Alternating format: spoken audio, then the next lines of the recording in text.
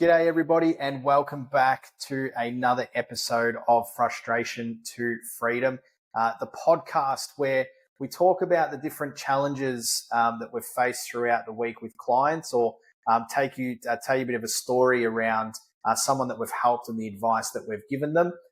Throughout this series, we're going to interview different people, but really it's the core focus of this is to give you something to take away from every single episode and implement within your business. This is stuff that we are actively doing with real people every single day, and the advice we're giving to real people every single day. So today is Troy. Troy is going to take us through a story, something that you've done over the last week and a bit to help either one of your clients or within our own businesses. So, mate, take us through. What have you done? Who have you helped, and what did you say? Yeah. Good question. I think there's a few this week. It was a full on week. The team had definitely had me back to back. I think the one that comes to mind. So I won't go into the details. I'll give you the company just so we don't, expose everything about them. But lovely gentleman. At first went into the environment and thought, not sure if he's really got what it takes to take the business where he thinks he wants it to go. But, just after getting to know him and really looking at, the challenges that he's facing in growing. So it seems to have, relatively good operations. They've got good products that are very reliable, quite quality products. But yeah, he's just being pulled from pillar to post. He definitely is stuck in the center of everything. Everything evolves around him. When they need more work, he gets out and goes and get it. But then once the work comes in, is then drawn back in to really deliver on that and to make the products and then to install them. The dreaded cycle of the business owner, hey? But you mentioned before that when you walked in, you sort of thought, well, like there was something that gave that impression of, I really don't know if this business has what it takes to take it to the next level. Like, what was it that sort of gave you that impression for people listening to kind of maybe reflect on themselves and see if that's the outward image that they're giving to people? Yeah. So look, I think for me, small things equal big things. I guess been doing it now for 13 odd years, and sometimes the little things can mean big things. And by little things, I mean like even just the environment that you're in, the building that you're in, toilets, like how clean things are, like how easy is it to find the place, to, the doors, just the way that people are dressed, the way you're greeted, all these little things can just mean a lot. And if you don't care about the small things, what level of detail do you care about the big things? And I guess to some degree, this could be a bad thing. You can be a little bit judgmental. I guess you've, as a consultant, you've got your layers on. Like you're already just looking like, where's the challenges? Where's the things that need to be improved to get this person going? And then also, sometimes, if people don't care about those smaller things, are they really going to listen to you and implement some of the things that they really need to do? So I think there was just a lot of red flags. It wasn't a clean environment. It wasn't like even just finding the car park, finding the place, going in, being greeted. Like none of it really screamed, this is a highly quality business that, is going to want to take advice to really grow and scale. Sounds like that the exterior was kind of giving you an insight into the interior with the lack of structure that obviously the business owner may be dealing with, having been pulled from pillar to post. So before I cut you off before, that's what you were sort of mentioning. So take us through, without going into too much detail, I mean, the business size, like how big's the business, whether it's... Yeah, they got 8 team members at the moment. And most of them are in operations or admin. It's only really the owner that is responsible for the sales and the management of the relationship with the customers. And then most of the customers are repeat or referrals. 8 of them, and some part-time and some juniors. So it's small business. With plenty of room to grow. So what was the context of the conversation? I mean, obviously there was the external and having that judging a book by its cover, as you did as you Mm. walked in, and Mm. had that conversation with the business owner. But tell us a little bit more about how that went, and I guess how that conversation transpired, and ultimately how you believe you're going to be able to help him moving forwards. Yeah. So look, the whole reason why I was there is to help them grow and to scale. So, Yeah, the before it even went, I really challenged him on, like, are you serious about this? Is this actually something that you want? Because you're going to need to change. What you're currently doing is not going to get you to where you're going to want to be. And so, we got agreements along all of that. So the whole context and purpose of being there was to really grow and scale this business. yeah, So yeah, once got in, sat down, and really just started to look at the planning process. So it's just interesting to understand, like, how well do people know their financials? And in this particular case, not very well. Did need to dig around and to find, how it was going financially. And then from there, we were able to then set some goals. So, yeah, understanding clearly where you are and then where you want to be, that just gives me a great understanding of what this gap is going to be, at least in the short term. So, what's the short term gap that we need to fill to really get the business really profitable, to have that cash flow and the sustainability to be able to grow. yeah. And Yeah, and do you feel because obviously, I mean, albeit being a small business, it still is a decent sized business. It's not obviously yeah, medium sized, but it's certainly not that startup sort of really small phase. There's a decent number of people within that team, probably yep, well and truly over $1 million in yep, turnover as well, I would assume. yep.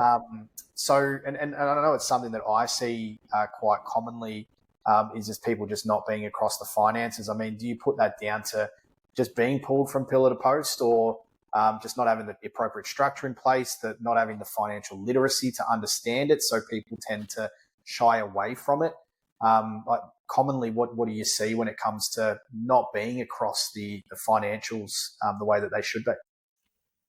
Yeah, look, I think most owners are typically quite great at what they're good at, and then and if they're kind of an artist, as in like they're like a genius, like you could be very, very good with your hands, like even like a plumber or a sparky, or a dentist or a chiropractor or like whatever, but you are exceptionally good, somewhat autistic at your craft.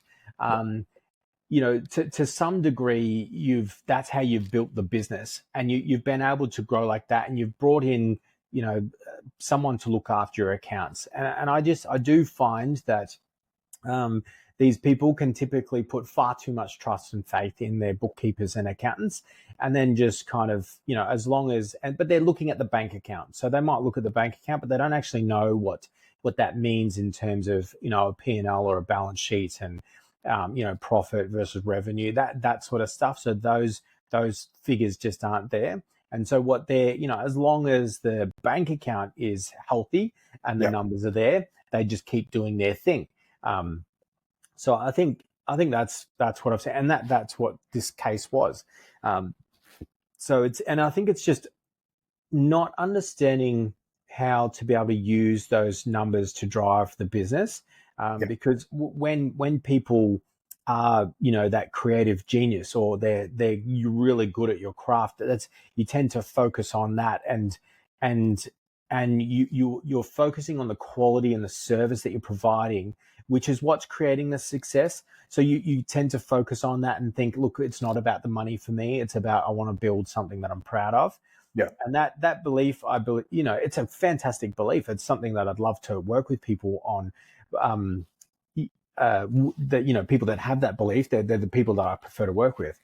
yeah. Um, but I think it's not understanding how your financials and the P&L and balance sheet, like, you can utilize that to make effective decisions to help you do what you do even better. Yeah, Um, yeah, yeah. so I think it's not having that context around how those numbers can be used to make great decisions to support what they're doing. Yeah, and I totally agree with your point earlier around the trust. And we had this conversation, probably a week and a half ago, Mm. regarding one of my clients and that abdication versus delegation scenario, where it's okay to delegate those tasks to people, the financial tasks to people, if you get somebody in accounts, be it a bookkeeper or an accountant, but um, abdicating your responsibility around those, and kind of just trusting them and leaving them to deal with it, is not the same as delegating that task. Delegating that task is getting them to do it, but then chasing them up and keeping them accountable. But I think, like you said, the most important thing is having an understanding as to how those numbers can work and what levers can be pulled, Yeah. in order to drive the business forward. So, yeah, completely agree with you on that trust aspect, and people really need to focus on that delegation and keeping people accountable, not abdicating from those responsibilities. But so you mentioned that the understanding the numbers first allowed you to create the goals second. So take us further from there. What's the next steps? Yeah, and so, but before we do, I think something that might be a good takeaway is that I honestly believe that I think it's a great thing that if you have, like, if you ever think to yourself, geez, I'm a micromanager, or I want to know the detail and I get buried in the detail, or I'm a control freak. Like maybe you say, oh, hey Troy, I'm a bit of a control freak. Like to be honest, like as a consultant, someone trying to help someone, I'd rather help someone that has that disease, because then what I do is I just show you how to put the controls in place so that you maintain control without being there. So you can delegate something and have a huge amount of control. And, in the case of your accounts, like most people, like it's very rare that most business owners don't have a bookkeeper or an accountant, particularly once they're at this size, 8, 9 employees plus. But like, I think it's good for you to maintain that control and ask for things like you may not be actively involved. So, but why wouldn't you set the expectation that certain numbers are on your desk every Friday, and then Yep. certain numbers? So, like at the end of the week or the start of the week, you want to know, what was the revenue, how much was sold. You want to know these numbers, and they need to be delivered to you. And so the only time you're ever following up on someone is if that you've asked for something and it hasn't come to you yet, and then you're saying, well, why? What happened? But then, no later than the 15th of the month for the last month, you need Yep. to get your P&L and your balance sheet delivered to you, and ideally with any highlights where you've missed a budget. So subscribe to being a control freak, and it's okay. Utilize systems, process, and people to feed you that information so you can maintain control whilst being able to focus on the high value stuff. And I think that's where, in this case, things were delegated, but there was no expectation of a delivery of a result. So, the accounts are being reconciled, reports being potentially created, but they're not being delivered by certain times, by certain periods, so that person was in the know. Yep. Yeah, fair Yeah. enough. Yep. So take us through. Goals have been set. What's next? Yeah. So look, for me, I want to remove opinions as much as possible. Opinions, feelings, perception, and look, because 9 times out of 10, like if the owners know they're like the real root cause of their problem, they're probably focusing on that, and something else would be their problem. So what I want to do quite quickly is I want to get to the truth. I want to get to the facts. So rather than asking, things that are ambiguous that I can't hold on to, like facts and numbers, I want to get straight to the numbers. So I want to know where the revenue is at, where's the profit at, and then where do we want the revenue to be short term? Because obviously we want to double this ideally, but in the short term, where do we want it to be? And then where do we want the profit to be? And already that just tells me so much about the business. Like if I know what your percent to profit is, I can automatically make assumptions around how efficient, how effective, how many systems you do or don't have, what margins you're potentially selling at, and whether it's healthy. I can just tell a lot of things. I can make assumptions around whether you're too diversified or whether you're quite specialized. There's a lot of assumptions. And then, so if I know where you're at and then where you want to be, based on those assumptions, I'm going to start asking a lot of questions around where I think the problems are based on the numbers that you've given me. And so in this particular case, it wasn't as profitable as we needed it to be. So to be able to grow and scale a business, like if you look at any kind of reports from the government, like they'll specify things like 80% of businesses fail within 5 years, and the number one cause of that is a lack of capital. And like a lack of capital is just a fancy way of saying that they didn't have enough money. They're not making enough profit. And sometimes I wish they would just say that, because so what is the root cause? Like, you have to be making profit, you have to make enough money, and that will fund the growth. So in this situation, I could so based on there not being enough profit, I was instantly able to make assumptions. Like, I can assume that there's probably peaks and troughs in revenue and work. I can assume that they're probably stretched a bit thin and trying to sell potentially too many products. So they're not focusing a lot of their time and energy on highly profitable, great things. They might have 20% of their clients that make them 80% of the money, or whatever. So I know that, and then I can make assumptions around the workflow. How well they follow up quotes, how well they convert them, how well they're tracking, managing their team, whether they have CRM systems or software systems in place. Like, I just make assumptions, because if there's not a lot of profit, I can assume a lot of those things either aren't there or not being used. Yep. So, that's kind of where I then started the conversation to be able to start to ask all of these questions. Yeah. It's interesting. It's interesting. So, what is it? I mean, outside of experience, when you do look at the numbers and you see that there's not enough profit, I mean, obviously the industry and the type of business determines this to a degree, but where does that understanding come from? Or where does that understanding come from to know what questions to be asking? Because I think that's important for most people when they're looking at the goals and you've identified, okay, well, the profit's not high enough, and your mind goes to these locations. Mm-hmm. I think it's important for people to know what those questions might be, to be able to ask those questions for themselves if they're not comfortable as to where the profit is. So, what are maybe the top 3 or the top 5 questions? If somebody's not comfortable with the level of profit that they've got, that they should be asking themselves, in order to find the areas to fix. Yeah. Look, more often than not, it comes back to the strategy of the organization. So more often than not, walk into a business, it's grown by them being great at what they do. It's grown by word of mouth, and it's been reactive growth. And because it's reactive, they're getting work in their industry, meaning they're doing accounting, they're doing bookkeeping. In this case, they're doing electronic switchboards and notification systems. So, but within each thing, there's many of those things. In accounting, there's accounting for businesses, small, medium, large. There's individuals. There's different types of individuals, high net worth, and PAYG people. Like there is things within inside of all of these things, and then your team typically will have skill sets, or if you're in manufacturing, you will have machinery that is very good at certain things.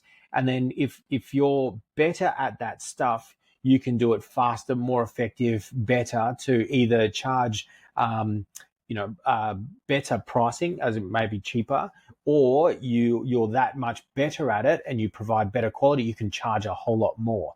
And so what I find is the first thing I'm looking for that. Like, ideally, like a lot of success just comes from us walking into a business and looking at what are they great at, where are they getting paid the most amount of money in the least amount of time, and they're solving a particular problem.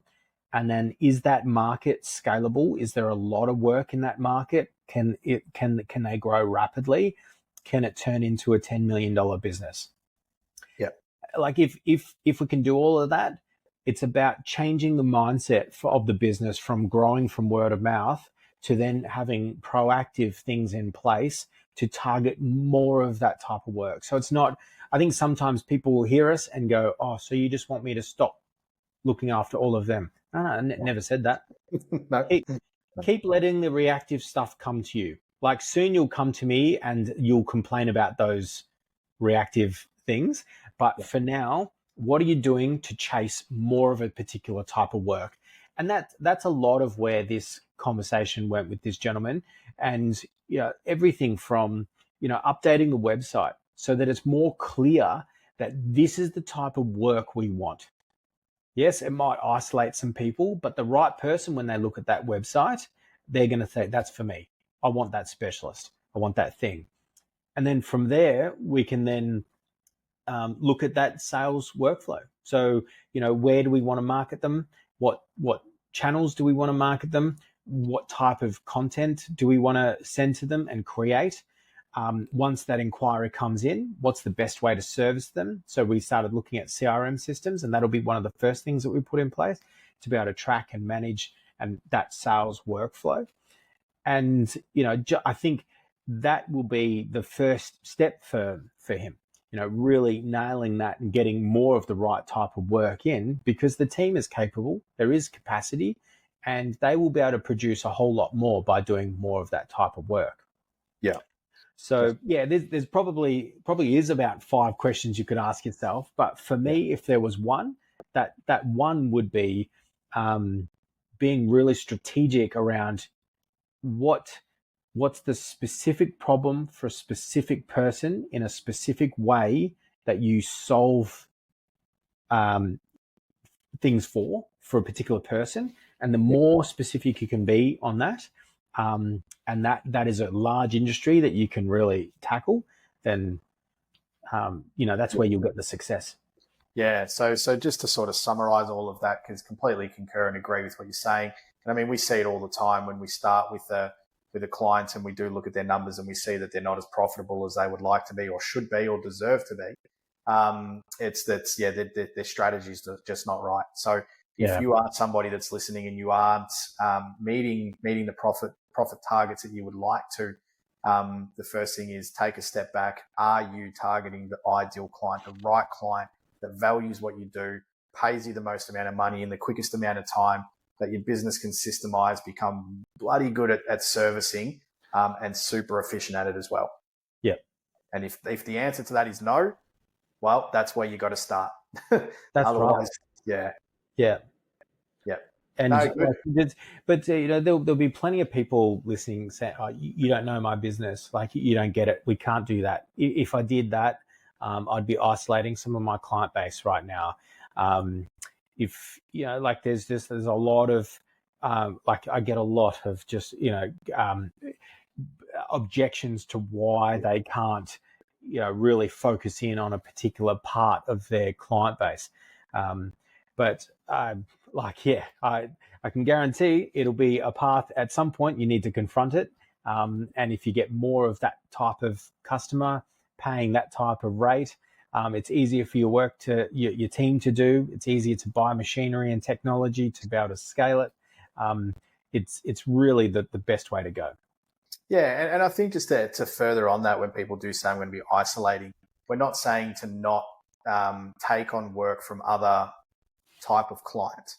What we're saying is to focus your efforts on attracting that ideal client. Because like you said, eventually you're going to come to a point where you no longer want to deal with anybody else because it's just not making you enough money. Not all business is good business, as we always say. So eventually you are going to get to that point. Understand if you're small and you're growing, there's that fear factor of, well, I don't really want to say no. But at the same token, you've got to consider it, because if saying yes means you're actually losing money on doing that work, well, it's not worth you taking on to begin with. Yeah. Even breaking even's not worth it. So you're better off using that time to create better connections, find something else. Yeah. Yeah, exactly. All right. So we'll start to wrap up here.